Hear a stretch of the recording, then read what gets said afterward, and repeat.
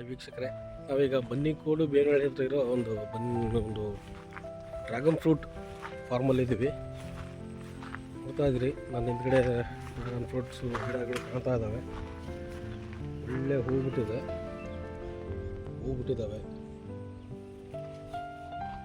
ನೋಡ್ತಾ ಇರ್ಬೋದು,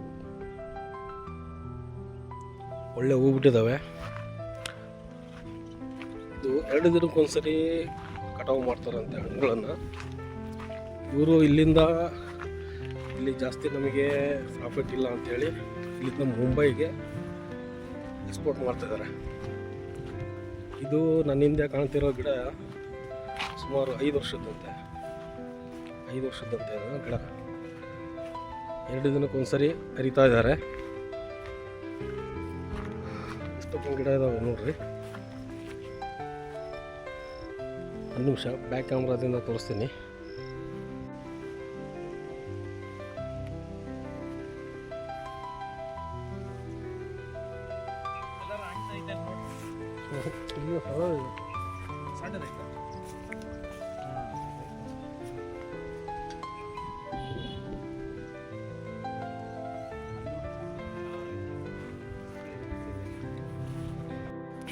ನೋಡ್ತಾ ಇರ್ಬೋದು, ಇದೇ ಪೂರ ಅದೇ ಹಾಕಿದ್ದಾರೆ ಡ್ರ್ಯಾಗನ್ ಫ್ರೂಟು.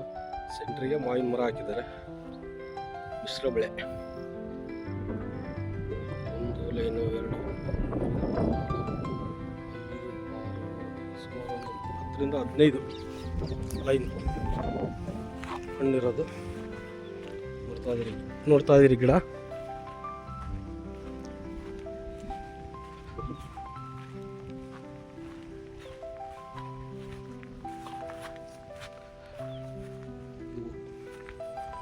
ಎಷ್ಟು ಬ್ಯೂಟಿಫುಲ್ ಆಗಿದೆ ಹೂವು ಇದು.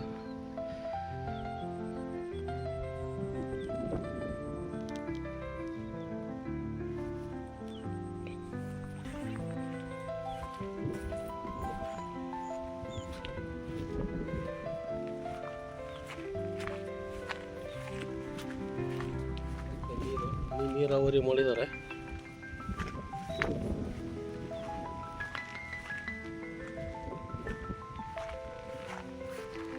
ನೋಡ್ತಾ ಇರ್ಬೋದು.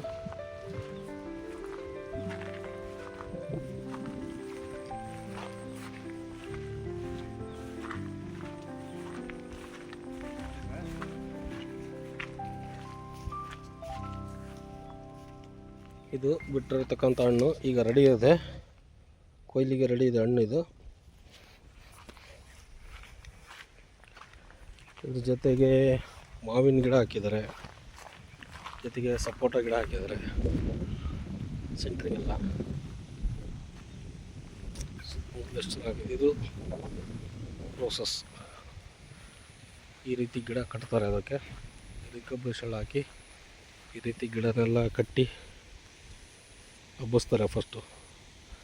ಹಬ್ಬಿದ ಮೇಲೆ ಈ ರೀತಿ ಬೆಳೀತು. ಫ್ರೆಂಡ್ಸ್, ವಾಯ್ಸು ಕಡಿಮೆ ಕೇಳ್ತಾ ಇರ್ಬೋದು, ಯಾಕಂದರೆ ಮೈಕ್ ಇಲ್ಲ. ಮೊಬೈಲು ಮೈಕ್ರೋಫೋನಲ್ಲೇ ರೆಕಾರ್ಡ್ ಆಗ್ತಿರೋದು, ಅದಕ್ಕೋಸ್ಕರ ವಾಯ್ಸ್ ಕಡಿಮೆ ಕೇಳ್ತಾ ಇರ್ಬೋದು, ಕ್ಷಮೆ ಇರಲಿ.